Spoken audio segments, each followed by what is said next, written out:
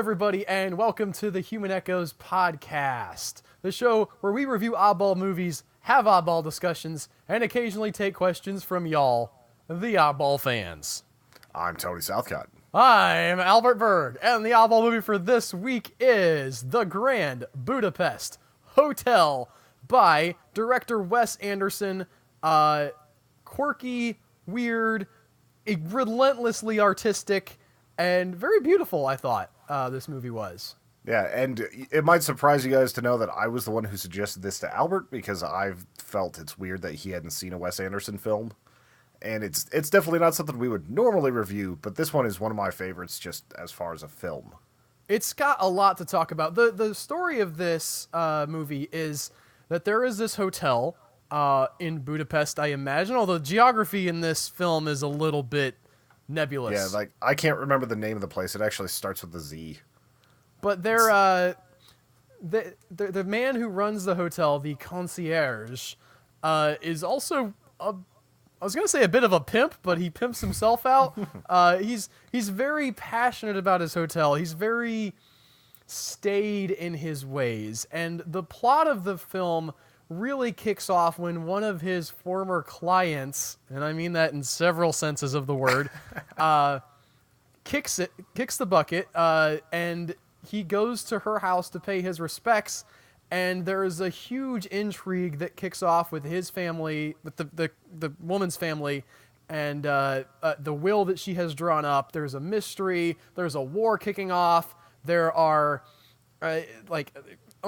unjust imprisonments and murders and confectionaries and all kinds of good stuff in this film.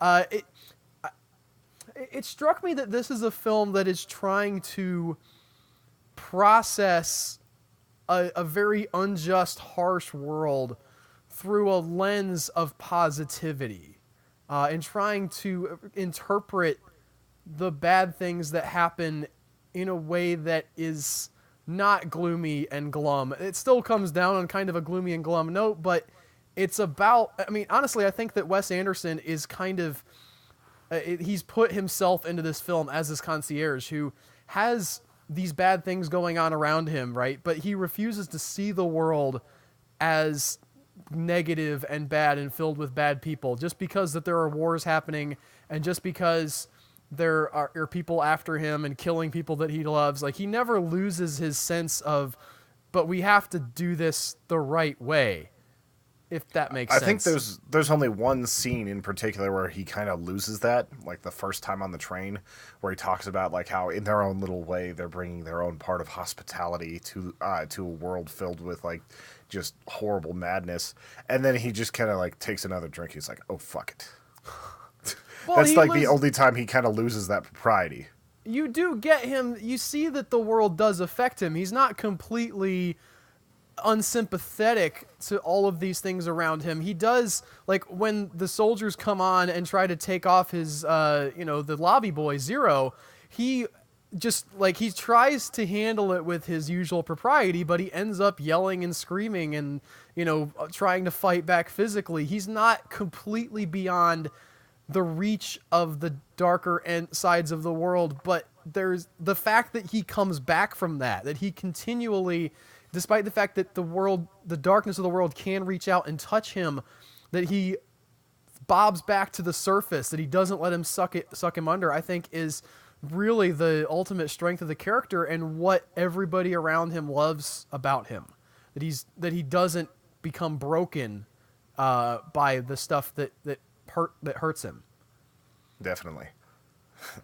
This is also a movie that had a lot of cameos I didn't even realize were cameos for a little bit. Like, I didn't realize Tilda Swinton was in it. I didn't know that Harvey Keitel was in it. Like, I should have recognized Harvey Keitel, but the whole shaved head and lots of tattoos thing threw me off.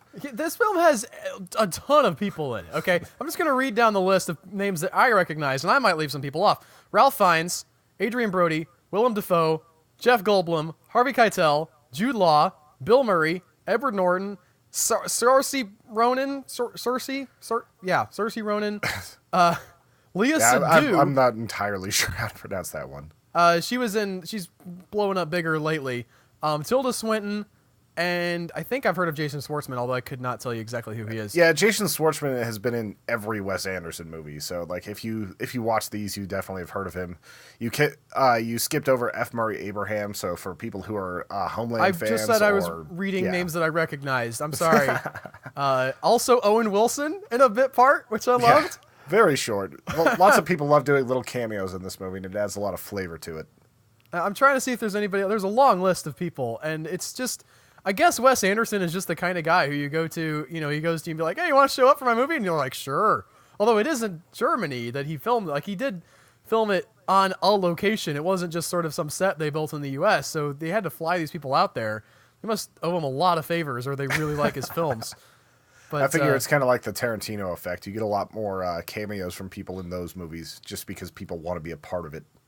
And you can understand why. I love, talking about how that this is sort of a Wes Anderson putting himself in the movie. The quality of this film is very much, the artistry is not hidden here. The effects are not what you would call finished top class effects. They look good for what it is, but it's a film that calls attention to its own beauty. You have matte paintings that are very clearly matte paintings. In one case, one of the matte paintings actually shows up in the film. Like there's a painting of this backdrop where you see the something around like a train or whatever arriving, and then that same backdrop matte painting is in the hotel. I think it's exactly the same painting, and you can see the little brushstrokes and everything. It looks like a matte painting, and there's like a big action chase sequence later on that, I mean, it looks animated. Yes, and it's a little bit silly, but it still fits with like the style of the movie. Right, he definitely he embraces the artifice of this and really puts that on display, and I love that. We talked about this as a negative last week. People were complaining about the Michael Bay Transformers movie where they're changing around aspect ratios. Wes Anderson here does change around aspect ratios in a way intending to call attention to which time period you're in. So when you're in the 1930s era, you've got this 4:3 aspect ratio. When you're in the 60s, you've got the like ultra wide Panavision style aspect ratio, and then when you're in modern day, you have sort of the standard 16:9 fills up your regular television aspect ratio, and they switch between that just so you know where you're at in the film. What was the ratio on Panavision? Do you remember? I don't know. The Hateful Eight, I don't know that it's quite as wide as Tarantino did in the Hateful Eight, but it's got the, like, even on your big screen TV, it's got still the bars cropping into the top. So I might not literally be Panavision, but it's sort of that older extra wide screen thing that you got a lot of in the 60s. You see it in the like The Good, the Bad, and the Ugly. Weird little connection to make, but they use it occasionally in one of my favorite zombie shows, Z Nation, where they're just like, if they have a Western episode, like a Western themed episode, they'll crop in and have the wider screen. I love that. I don't know the exact ratio there, but it was something. It's 1.78 to 1 or something. So it's Possibly close to 16:9, according to Wikipedia. I don't know the exact numbers, and if I speak the exact numbers, I'm not even sure about the 4:3. Genesis camera. Never mind. That was just a particular camera. All I know is that he uses these different aspect ratios to show the different eras, and it was, I thought, pretty ballsy to have the majority of the film take place in this 4:3 format, because that's a little bit off-putting. Not off-putting exactly, but you're thinking, well, I've got this whole giant widescreen TV, and they're only showing like part of the screen. Why do I have the pillars? Dang it! I want wide. I was thinking that a lot last night, and I just thought it was because like you bought the standard definition one on Amazon or something like that. No, I don't buy HD, Tony. I always buy HD for the podcast movies. Yeah, I needed out of the house last night, so I went to the shisha bar and put on my laptop and watched it there, and I was like, man, why is this in 4:3? The whole movie's not. It's just those pieces. It's interesting that you didn't remember it from when, because they did show it that way in theaters as well. And right off the bat too, you get the opening scene. I do want to ask you about the opening scene because there's the girl that comes to the key tree thing with the bust. But after you get to that, you get the sort of introduction by the author, and I love how they set this up because the guy is talking directly to the camera. He's doing this sort of introductory. It feels very much like a book. You know, the girl at the very beginning is reading a book called The Grand Budapest Hotel, and he's doing his, I'm the author, and this is the introduction. And then just like out of the frame comes one of his kids, like flying his airplane, and be like, hi, daddy, daddy, daddy, daddy. He's like, I'm working here. And then goes back to sort of his delivery.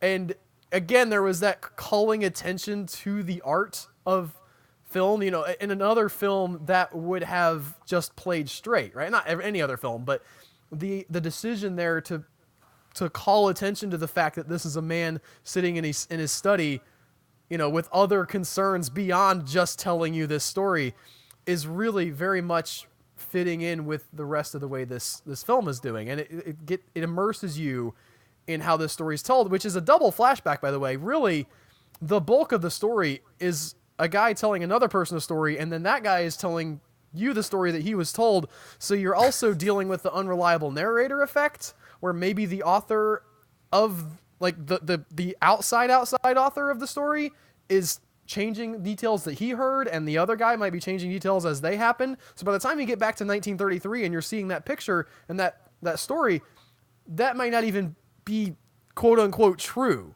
Like, the artifice of the film might actually be partly because the people within the film are changing the details to make it more palatable. Yeah, especially the small details, like she had a birthmark that looked exactly like Mexico on her cheek.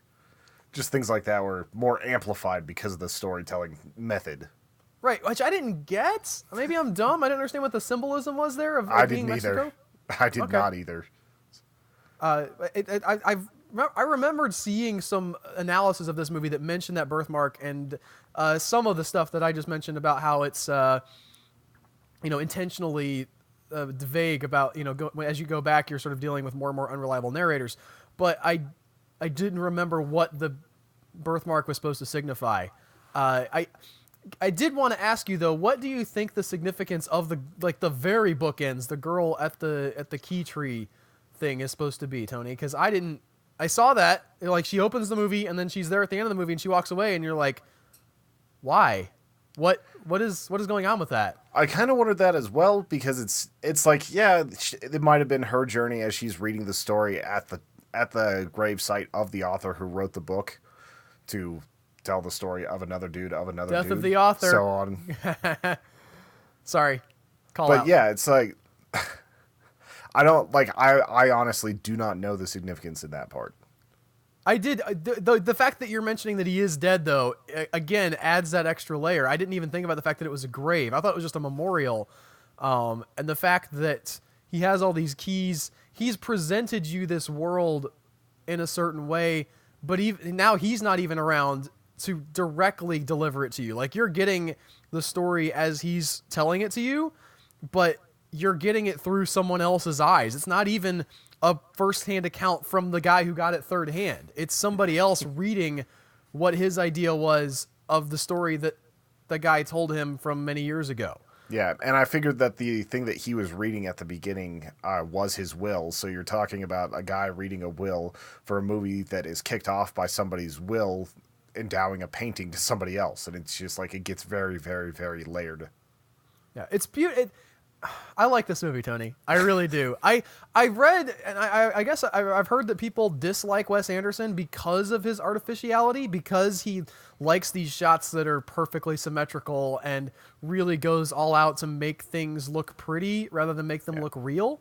It's also like very pastel. Like, there's a lot of pastel colorings. Like, everything he does has this exact style and look. Moonrise Kingdom has a little bit less because it's more in the woods, but it still has the feel of a Wes Anderson movie. Like, if you were to put that on, even after just seeing this one movie, you'd probably have an idea that it was Wes Anderson. Well, I had a kind of a feel for what he was capable of just from seeing trailers, and I think he also did the Fantastic Mr. Fox, which I haven't seen, but again, know from clips and trailers and things that I've seen online, and you get that he's very much into whimsy. Whimsy is his beat. He loves to put whimsy on the screen, and it works here. The great thing about this movie, though, and we sort of touched on it earlier, the fact that the whimsy is it's playing around things that are very, very dark. I mean, we mentioned, I think before we started recording, the use of profanity in this movie is infrequent, but when it does come, it's super jarring because you've kind of lulled into this happy-go-lucky type of movie that you could say, well, I mean, you could make a version of this that's PG-13, but when you come out of left field with the main character swearing up a storm and using the F-bomb all over the place, it feels like a real break out of this tone, and not unintentionally, but like he's going there because he's like at a place where they're breaking out. And the scene where the fingers get chopped off, I hope that's not too much of a spoiler, but it's visceral violence in a very whimsical kind of, oh, it's a cutesy movie, and then chonk, and it works all to a purpose that I think is just great. Really, really dug this, Tony. That's actually something that he's had in some of his other movies, is he's not afraid to add violence to it, but it doesn't, like, it's a rare thing whenever he does it, and it's just so blatant and jarring every time there's violence.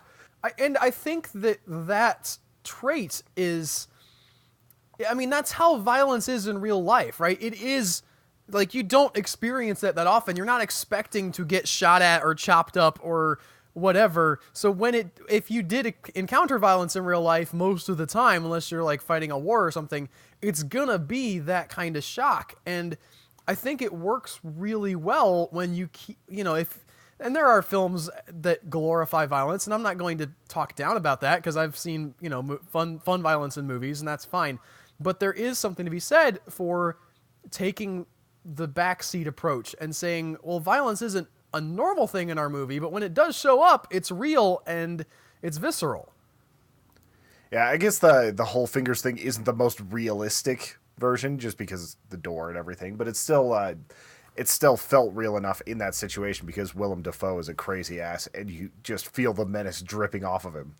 Like, this is also an interesting movie in how to do like a different type of villain. Like, and it's also weird that Adrian Brody doesn't have any sort of accent when everybody else does. He's just like got the full-on American accent, even though he's supposed to be in like, what is it, like Zuberdorch or something like that? I can't. I think there are a lot of people that didn't have accents in this movie. Zabroka is the name of the country. Yeah. I noticed several people that were just sort of like talking like they would. I don't think Owen Wilson had an accent when he was doing his thing. I think he mentioned he was from America though. In his deal, like Léa Seydoux is just doing her French accent, which, by the way, that was an Irish accent. Was it? Yeah. Okay, I'm bad at accents. I read up a little bit on her. She's actually American, but had Irish parents, so she's able to nail that one pretty well. No, I'm talking about Léa Seydoux, not Saoirse Ronan. Oh yeah, sorry, I got that mixed up. Léa Seydoux was just the maid, wasn't she? Yes, which maybe I'm overestimating her star power. But to me, at this point, she seems like a pretty big actress, and to just throw her in the background of this movie, like, oh yeah, she's the maid, it almost feels like, I don't know, there's a lot of these little cameos in Wes Anderson, as we mentioned earlier, where he's just got like friends who will come and do a film for him for not very much money, because this is done relatively on the cheap too. It's interesting reading about sort of how, they didn't have a ton of money to do this, so they just sort of improvised however they could. But maybe just back in 2014, she wasn't that big. This was right when color. Yeah, which I think she won an Oscar in that, or I know the movie won an Oscar, and after that she went up to the Lobster, Spectre, and a bunch of other stuff that's coming out. So she kind of jumped up after that, but she was in Ghost Protocol and Inglourious Bastards. Yes, don't forget that Charlotte Le Petite. So not was she the main unknown? Was she the French woman that like was seeking revenge in that one? Mm-hmm. So that's a huge movie for her. Yeah. So not unknown, but they just stick her in this role where she has almost no lines.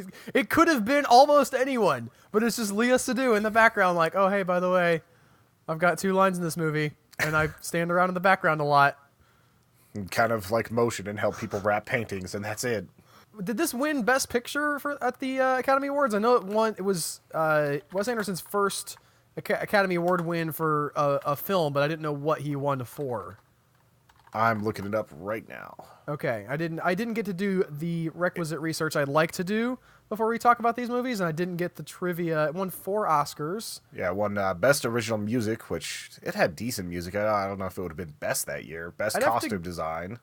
Costume Design I'm definitely down for. Best Production Design, and Best Makeup.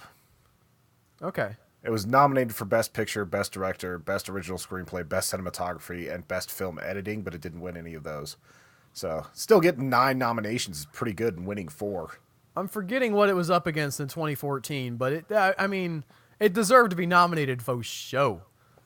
Gorgeous on all fronts, and yeah, I don't know if I have a lot else I can say about, without going into specifics. There's some really interesting call-outs to Agatha Christie stuff. The whole main mystery feels like an Agatha Christie novel, but then it kind of takes a break and goes into like, oh, here's a little Shawshank Redemption story where he's in prison and then they break out, and like it sort of wanders through some different types of storytelling, and all of it in the background of this war that's about to happen, which I think is supposed to be World War II. They have the ZZ guys. Yeah, it's an allegory for it, or it's a stand-in. It's like 1952, so it's a little bit after when World War II would have been, but it's pretty much the same thing. They got the SS-type officers there. I thought it was in 1933 that the main story happens. I think 52 is actually when it ends, so you're probably right with that. And they've got the ZZ SS analog. The styling is the same, and you have the show me your papers stuff on the train, which was interesting. The thing I loved about this too, speaking of the sort of immigrant angle, right? The idea of these people persecuting people who weren't from their country, is that Ralph Fiennes' character gets in on that. Like at one point he's breaking out of prison and he's like starts screaming at the lobby boy Zero because he didn't do something. He didn't bring him his perfume. Yeah. And says, well, why did you leave your country, your terrible backwater country, and come here where we're civilized? Why didn't you stay there? He's like, well, because the war killed my parents, you douchebag. He doesn't say that, but that's like... He outlines it in very clear language. That, I haven't actually heard you talk much about Zero. I was wondering what you thought, if he was too much of a passive character, or if you actually liked the interactions that he and Mr. Gustav had. He is a passive character, but I think that's sort of the point of the story, that he is in the process of becoming somebody as we see this story. He's the narrator here, and look in Moby Dick, right? Ishmael is a terrible character. He does basically nothing, especially once they get out to sea. He almost disappears, and he's like, by the way, I'm still there. I survived at the end. Guys, I was there the whole time. I told you conversations that I probably couldn't have known from because I wasn't there, but I'm back now. So I don't know that that's a knock on the movie. I think... I didn't think it was, but it's like you said, where he's becoming a little bit more, and by the end of the movie, he's not quite at the same level, but he's close. Yeah, and I love too how he wraps it up. He talks. The author says, "Oh, I guess you're doing this because it reminds you of his world, and it lets you hold on to some of that." And he's like, "No, that's not." It wasn't like that was the only thing for him. That's sort of the major thrust of the story, but his whole arc with the Baker girl and Agatha, yes, and their love story, and how he keeps telling him, you better not be flirting with her. What in his moments where he's talking about her and he's interacting with her, he becomes a much more dynamic character, right? And also when he has to help, with the unjust incarceration, when he does the stuff there, he morphs into someone who does more stuff. He's even the one who, when they get away, he's like, hey, let's take this sled. And he's knocking stuff over. So he definitely grows into someone who has more agency as the film progresses and as he gets more confident in the light of this guy. But and then when they're back at the hotel, he starts giving shit to the lobby boy. Yeah. I love that shootout, by the way. That just completely random, Adrian Brody's there, he wants to get his stuff back, and he just starts shooting, and because all of the military guys are in there, they just start shooting at each other across the hallway. So good. Just nonsensical. One last thing for me on this movie, this movie uses a lot of really interesting looking desserts. And if you ever have about 4.5 hours, it is totally worth making the little desserts that I like. What's Mendel's or whatever? Yes, I believe so. There's a lot of recipes online, and those recipes are awesome. It's like just these perfect like cake ball things stacked on top of each other, and they're amazing. And they look awesome in this movie too. In the trivia, I read that Saoirse Ronan said that the hardest thing she's ever done as an actress was making those pastries on screen. Like, she's like, I've done action scenes and all kinds of stuff. Forget the action scenes in Hannah. Those little pastries were the hardest things I've ever had to do in a movie. It's and she does great, and she is great in this. I really enjoyed her performance. So I think that's everything we have to say. Really enjoyed this film a lot, and yeah. That'll do it for our review of the Grand Budapest Hotel. I'm gonna have to check out some more Wes Anderson stuff now, Tony. I guess I'm hooked. I guess they got me in. This is an odd one because I know that Joe also likes this. It's like one of the few movies that the three of us are agreed on. Is it? I don't think we disagree that often. I mean, Joe just doesn't watch the movies we watch. We're like going off finding other stuff, and he's like, I don't care about this stupid horror thing. He probably, if we really like something, he ended up watching it, I think he wouldn't hate it about 80% of the time. That's true. It's more his view on like comic book movies these days. Oh, yeah. I respect him. He's grumpy and old, and that's fine. Yeah. Did we get any questions this week, Tony? We did. Doc Occupant asks, Tom Hardy is in the news for chasing down a criminal. While fleeing the scene of your latest crime, who do you least want to be chased down by? Hold on. Tom Hardy stops criminal? What am I Google searching here? I think that would probably do it. Okay. Actor, I love this title. Actor Tom Hardy catches moped thief after Hollywood-style chase. The least intense chase ever. There's a great little diagram here on the mirror.co.uk. I don't care about... No. I don't want to get rid of your stupid ad blocker thing. Tom Hardy collared a crook after pursuing him through gardens and a building site in a Hollywood-style chase. The 39-year-old sprinted after the thief. Oh, I gotta call him out for being 39. Hey, if you're 39 and you're still able to run somebody down on a motorcycle, that's kind of relevant. Well, no, okay. So the 39-year-old sprinted after the thief who had crashed a moped he had stolen, along with another suspect, in a $50,000 Mercedes at a busy road junction. Into a $50,000 Mercedes. This sentence is terrible. I think he crashed his moped into a Mercedes, and Tom Hardy chased him down.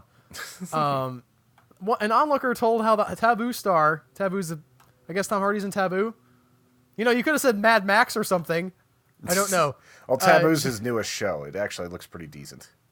No, I'm not saying anything against Taboo, but it's like, guys, what can we say? Tom Hardy, star of, what was the movie where he was in the car talking? I forget. Anyway, it was a good movie. Remake with Tom Hardy. Oh, you're talking about the cement mixer one. Yes. Locke. Yes. Tom Hardy, star of Locke. About 20 people saw that movie, so... Tom Hardy chased the yob through gardens and a building site in Richmond, southwest London, until he was able to grab him by the scruff of the neck, declaring, I caught the... and then expletive deleted C word. Also, Tom Hardy's got some tats. Yeah, he's got a lot of tats. Did not realize. He looks like he's in a Mad Max movie here. He's got like giant backpack on and all of his tattoos on. I'm gonna put the link to this. He then pulled the thief into a bus stop, patted him down for hidden weapons before checking his ID and handing him over to the police. Okay. You can tell Tom Hardy's been in some cop movies. I guess. Although, I think with a lot of action stars, people like to think that a ton of them are soft. But there's a lot of them that over time have actually gotten pretty good skills at handling weapons, at throwing kicks, and of controlling their body. You would not want to pick a fight with Keanu Reeves. You would not want to pick a fight with a lot of action stars out there. Yeah, it's not like The Rock is actually some pansy behind like enclosed doors. He's like, these muscles, I take the muscles off when I go home. Like, no, he works really hard to get that big. He works harder than I work. Yeah, if you ever want to feel lazy, follow The Rock's Instagram. You'll get I feel lazy already, Tony. I don't need that. Oh, like he'll be like, just got off a flight. It's 4:30 a.m. at the gym, working this hotel. Got to make sure I don't get soft hands. And then it's like 3 hours later, he's like on the set for 12 hours filming Ballers. And then later that night, he has to fly out for like an appearance. And then he's back in the gym at 4 a.m. the next morning. It's like, I don't even understand. I'm tired. Like I went out for a run yesterday, but I was like about halfway through, I was just like, I can't do it. I just don't have any. I just sort of like walk the rest of the way. What was the question, by the way? We actually didn't get to the question talking about the thing. So read the question again now that we have the context of Tom Hardy chasing down this guy. All right. So while fleeing the scene of your latest crime, who do you least want to be chased down by? I mean, we talked about so like there's the option of really like fit person who will just do damage to you. Yeah, like John Jones, the former UFC heavyweight 205 Oh, I thought you were talking about a friend on Twitter. No. I'm okay being chased down by John Jones. Yeah, I think John Jones and I could have a scrap. It would be fun. But like John Jones, the fighter who like he lost his belt because he took a bunch of drugs and got popped for like steroids and things like that, but he'll be back. Whenever he won his belt, he turned like 23 like the day before. He was meditating in a park and he saw someone steal a woman's purse. He ran them down and leg kicked them until they couldn't walk anymore and got the purse back. Like, that's better than like Liam Neeson who would just shoot you like 4 times in the back. Well, then again, Liam Neeson's probably not like carrying a gun now. in regular everyday life. How do you know? In Hollywood, I would imagine. So I would. You're not Liam Neeson though. What about somebody? So the other thing is like somebody who would be embarrassing if they like ran you down and caught you and beat you up. It's like John Heder. If John Heder was in that story, that'd be a totally different dynamic. Or like 70-year-old Jackie Chan. Well, no, Jackie Chan's still boss. Yeah, he's still boss, but he's also 70. It's like you should have better cardio than that. If you're not, you shouldn't be a criminal. He's still in movies, right? Like he was just in a Bollywood movie with some guys. Or I think it was Bollywood. It was definitely filmed a lot of it in India, where he was doing a bunch of action stuff with a tiger. Pretty sure that was Jackie Chan. It would have to be somebody who you wouldn't think would chase you down. Like I'm trying to think of Danny McBride or something like that. No. John C. Reilly. Dakota Fanning. Like she's just done a few action movies and just pulls some like judo throw and sends you head first into a Mercedes. That's the right. Dude, Dakota Fanning is the right answer to a lot of questions, but that one in particular. The Dakota Fanning pursuit. The Jackie Chan Bollywood movie is called Kung Fu Yoga, by the way. So, yeah. Did they get him to sing? I don't know. I haven't watched it yet. I'm not big on Bollywood comedy. I really love their action movies, but a lot of times the comedy is a little bit like really laid on thick on the sappiness, and I really like the laid on thick action stuff. I don't like the laid on thick comedy. I really want to see the Indian version or the Bollywood version of Darling that we saw, like that we thought was going to be at the film festival. Mm-hmm. Like, because it is by like, the way. It's okay. Oh, is it just okay? Like, it's got yeah. He's only 63, by the way. Jackie Chan? Yeah. According to Wikipedia, anyway. Those are a hard 63, though. He's put some miles on that body. But he's still probably more flexible than I am and could probably jump higher than I am tall. He could probably jump higher than he is tall. Yeah. He started as a circus performer, I'm pretty sure, and then kind of moved into the whole kung fu scene, like in movies and things. Like, I know he did a couple movies with Bruce Lee as an extra, like stuff like that. So he's been in the game a long time. I'm looking at this now. I don't have time to do research on Jackie Chan. But I'll just assume that you're correct. He was one of the few guys who was a star over in the sort of Japanese kung fu style movies that made it over to the U.S. and really had a successful career in English speaking movies as well. A lot of those guys don't make the jump. Yeah, you had like Jet Li do some, but they never had him say much in the movies. Right. But like you had Romeo Must Die in the one and various others. Like he was fun in the Expendables. Like I enjoyed seeing his work, but I don't think Tony Jaa's come over yet. Like there's a I mean, lot he's of people been like in that. some things. I think they'll throw him in for like an action role or whatever, but it's not like a common. I don't know what I'm trying to say. I don't have words anymore. He's not like a big star. He's not blowing up like a sort of household name like Jackie Chan would be. Yeah. Did we have any other questions? That was the only one right now. Okay. Let's move into trailer talk then. We had just this morning, the biggest thing we're going to talk about today dropped, and very exciting, by the way, to get this little bit of early exciting. But we're talking about the Kingsman 2. When is that movie coming out? That's this year, right? Yeah, I think it's going to be like December or something. I'm looking it up now. I'm very... September 22nd, so not super far, but still pretty far. Well, nice fall release for that, by the way, which, I mean, it's got a name after the first Kingsman movie people sort of liked, but definitely not like John Wick big. People like it. I think this one will be bigger, but it's good that they have some good movies coming out in September instead of like, we put this in the middle of summer to compete with, I don't know what's coming out in the summer. Honestly, I'm not really excited for a lot of the summer movies. Maybe when they I'm actually excited for Alien Covenant. There's a few others that I'm excited for. Like the next 5 Facts is actually going to be on Alien, so it can coincide with that release. Also, The Last Kingsman had an early February release, which is kind of getting out of like the muck of January. So it's not like the worst release time, but I feel like September is a pretty good time for this one. Yeah, well, I mean, and it did well in February, too, where it was sort of counter-programming to like, well, everything else sucks, but you can go see Kingsman again. Yeah, 414 million in the box office. That's not bad. Yeah. But this trailer, man... I was not that excited by this particular trailer. Really? Well, you be the downer then, and I'll be excited I'm later. not saying I was like, I'm just really excited for this movie, so I wanted to see a little bit more. But, like, I know I'm probably going to like the movie because everything I've seen from that director I've liked.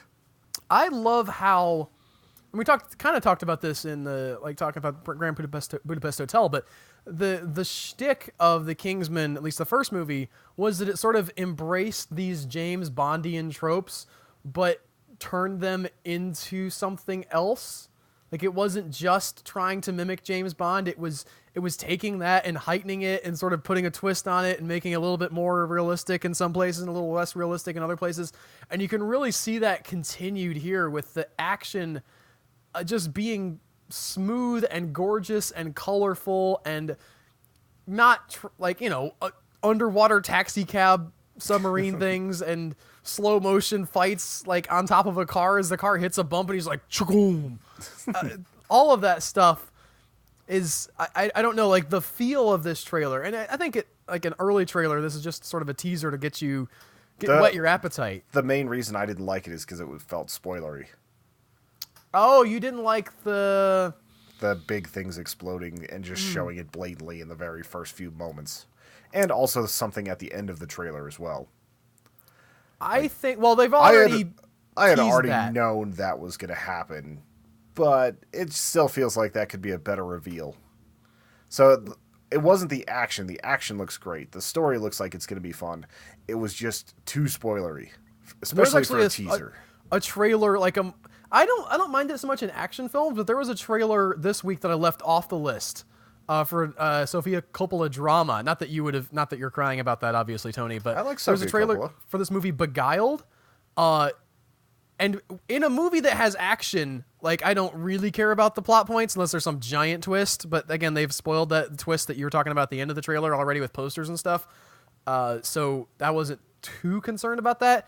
But in a drama where story is the only thing you have, do not go watch the trailer for Beguiled, the new one.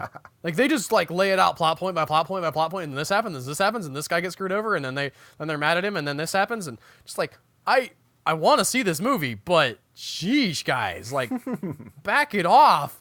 I mean, but I thought the thing at the beginning, the explosion you're talking about, I felt like is probably going to be an early in the movie event. Like that's going to be sort of sending them, because the Golden Circle is an American version of the Kingsman, right? I mean, we see that a little bit with all your cowboy hat wearing secret agent people Yeah. that they fight against. The guy with the robot arm with the cable in it, which is just awesome. Yeah, I it assume looks like X-Men style.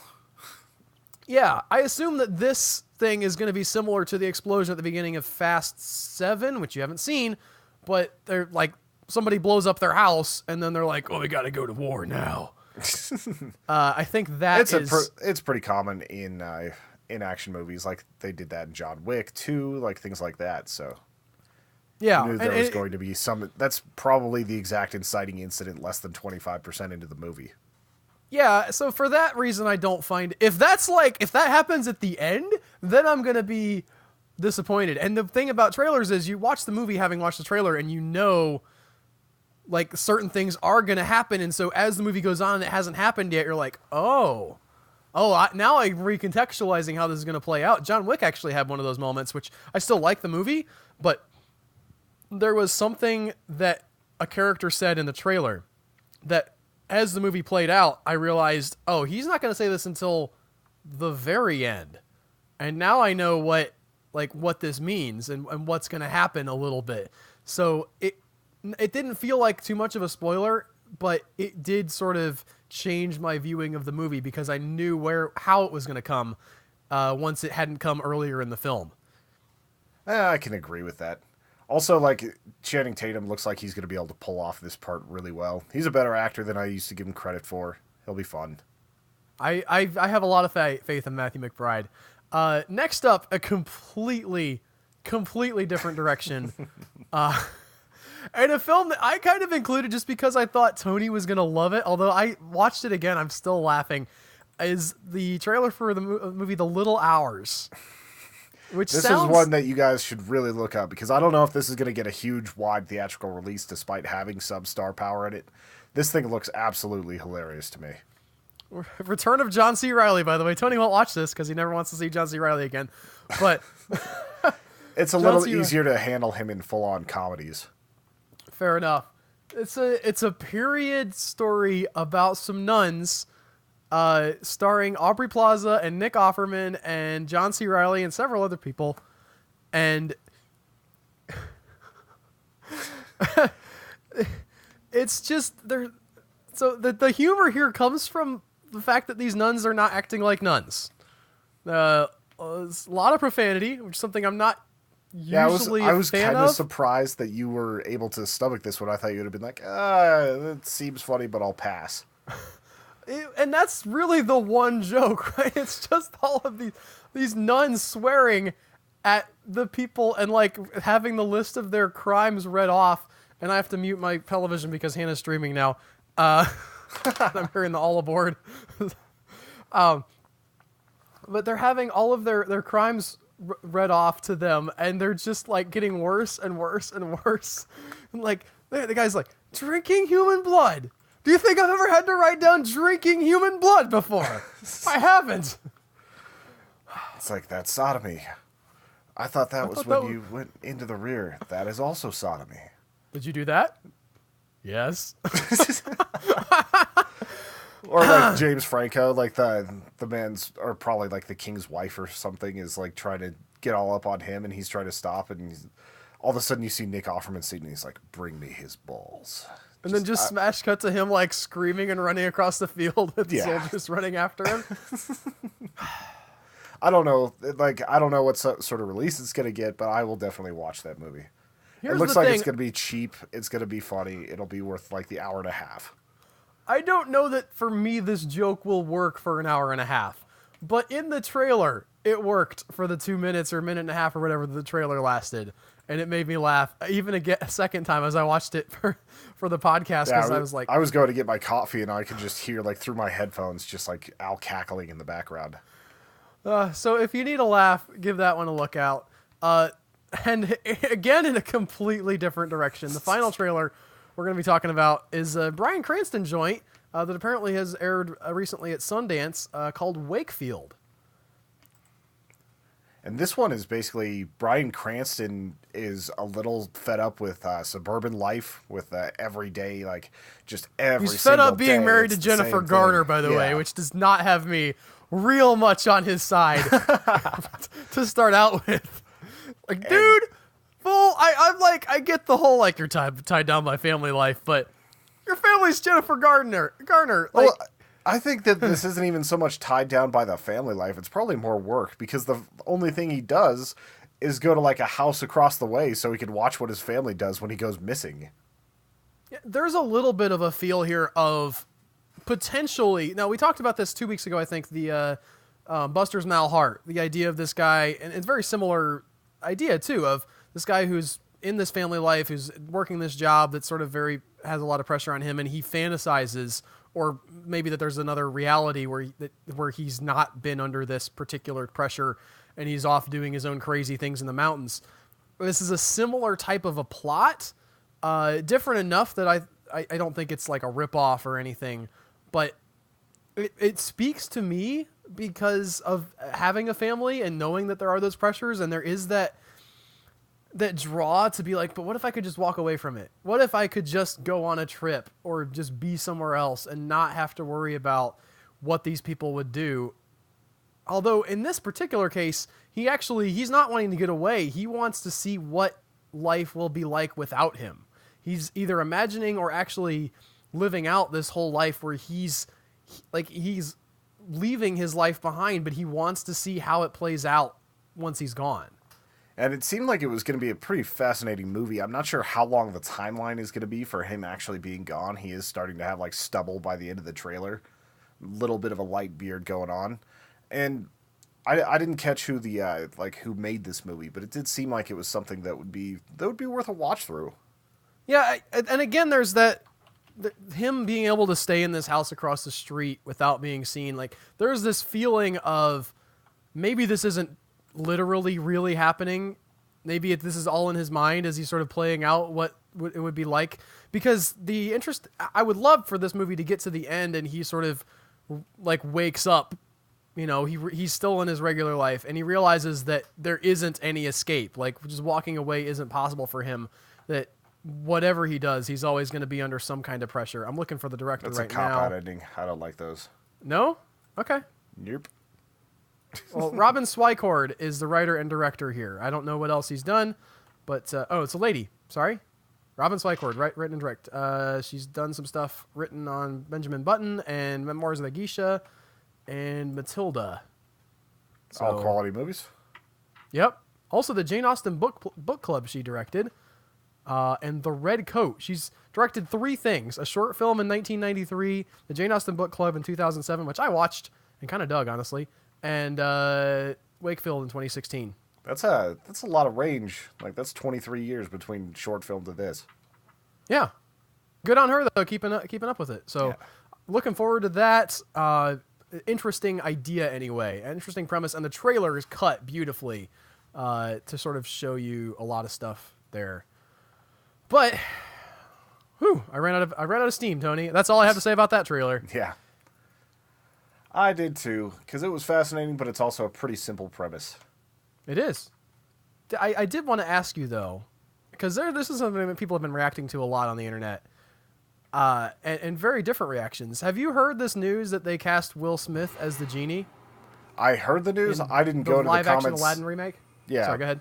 I didn't go to the comments section because I knew that was just going to be a bad place to be for a little while. Well, what are your comments, Tony?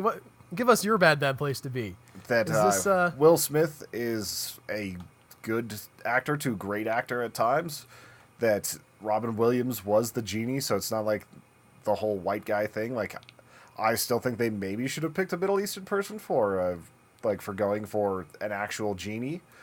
But I've never really cared all that much about casting choices.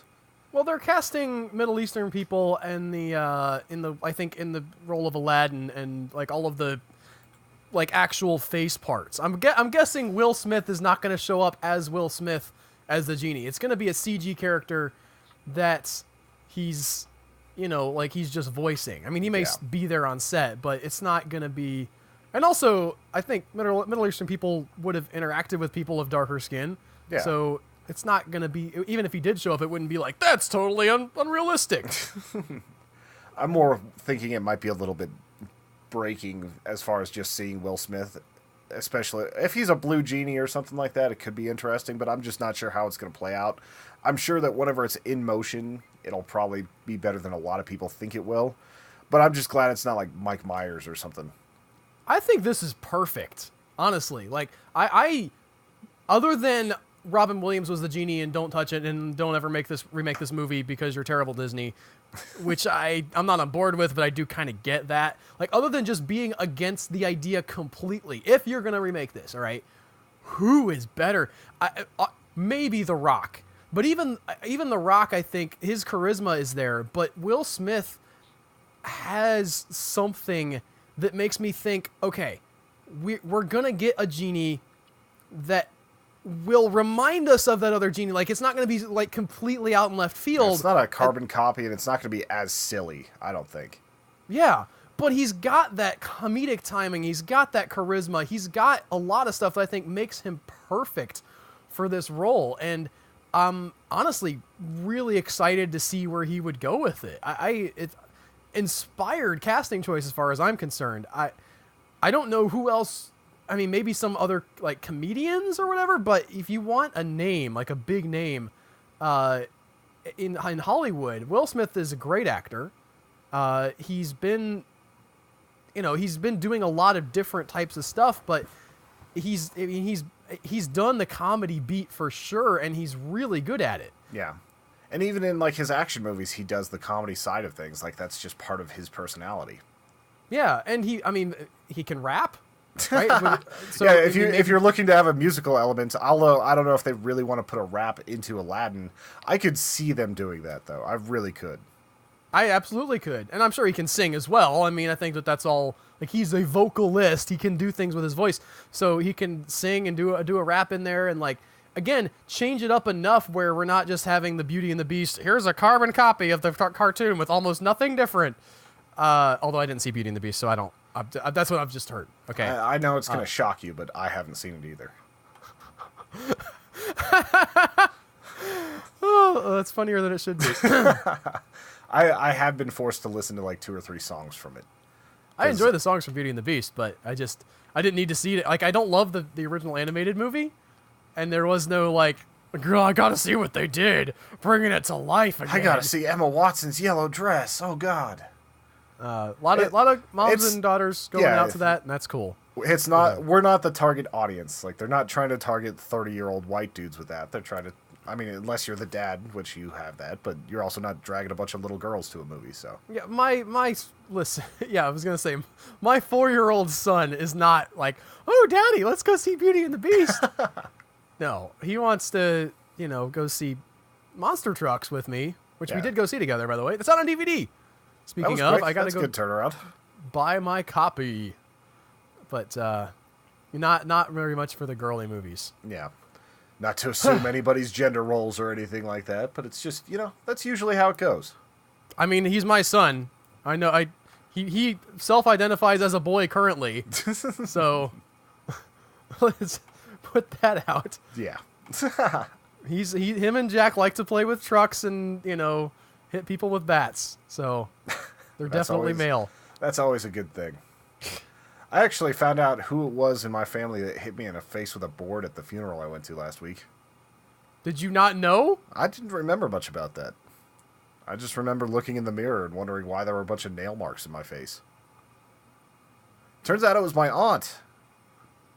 Last week, you had nail marks in your face. No, that was like whenever I was a kid. I've got family that's a little bit rougher. They thought that me making fun of my sister, that it was all right to hit me in the face with an old board with nails in it. Were the nails like poking out of the board? Yeah. Like it was like a piece of fencing with some screws in it. And are you okay now, Tony? Do we need to talk about like what the bad people did to you when you were a child? I think it's more that I've taken more concussions over my life than I like to admit. It might be. Well, your memory sure does reflect that. That's been a thing more lately. But like, I used to be known as Mr. Wikipedia because I used to know. Like, I just used to remember everything, and now it's like there's like some plaque there, or maybe it's because I don't sleep. Who knows? There's a lot of things affecting the memory, but That whole concussion thing and football and all that, and boards to the face, it kind of messed me up a little bit. Okay. CTE, yay. Concussions are not a thing to mess with, guys. That's not okay. There was one other thing in the news that I wanted to bring up, and this is a little bit of a downer, not like a super downer, kind of a undowner, but there was an interview undowner.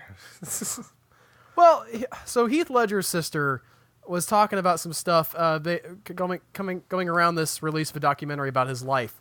And she talked about, and there was this rumor that went around, and I think people just kind of accepted it because it fits with our view of how the human mind works. And I think we may have even mentioned it on the podcast as like, this is definitely it. Where his, performance as the Joker in The Dark Knight, which was one of his final films, had sort of contributed to his negative mental state, which eventually led to him overdosing on drugs. And she came out and said, listen, guys, he may have been depressed. He was not depressed about the Joker. He was having a lot of fun with that role and laughed it up and had a good time playing that guy. And I loved the idea of, yes, I mean, the Joker is arguably a dark character, but that like, we want to make this sort of, like, I guess because we want to be part of it, or like, oh man, I saw that when he was like playing the Joker and that was messed up, and that definitely messed him up. And especially because Jared Leto in the more recent one is like, I'm going full method and being all weird and crazy, and Heath Ledger was an amazing actor. And I don't know that maybe he didn't let that affect him as much as we thought he did, and he just had other stuff going on. It's an up and a down thing, because obviously he still didn't end up dead, possibly intentionally by his own hand, but it wasn't like... It doesn't have to mar that performance. Yeah, like, just let him be, like, maybe he was just a great actor who also had other things that he had problems with mentally. It doesn't necessarily cross over, and I think the human mind is a lot more complex than we give it credit for. And I'm not saying this because I want to absolve us from enjoying that film and, it ended up killing him. But I think that people aren't what we like. Our simplistic view of people's minds is maybe wrong 90% of the time. And, I don't know. It was just encouraging to me, I guess. Yeah. Again, even though he did end up dead, and that is a super bummer. Like, it's not, life doesn't always work the way you think it does. Yeah. So. And it sounded like he was having some issues with opiates, and it's so easy to get hooked on opiates. There's a reason why with my spinal condition, I just outright refuse to take opiates. There's a history of addiction in my family, and I'm not going to go down that road. It's like, most of the people who get addicted to heroin and things like that usually start out with a normal injury where they get hooked on painkillers and then have no other option and have to move to that, like, if they want to get their fix. And for him to go through that and to actually be a little bit too far and then one day going just all the way, like, it's a horrible accident, but it's probably something where he just needed to actually get with some addiction specialists for a while. Like, it's just a horrible accident. Yeah. Speaking of which, and since we're in Downer Town, let's just go a little bit further down that road. I've been hearing a lot recently about opioid addiction, especially in like the Rust Belt and like West Virginia, where the coal mines have collapsed and there's a lot of joblessness. And there are portions of the country where just massive amounts of people are addicted to these things, partly because that's all they have in life. Like, they've lost their jobs. Maybe they're on welfare, or maybe they're, subsisting off of the backs of some other family members or whatever. And they're just like, we've lost a portion of our generation to people who are just stoned out in front of a TV, essentially frittering away their lives with drugs. And I don't say that as some like big anti-drug, I hate drugs.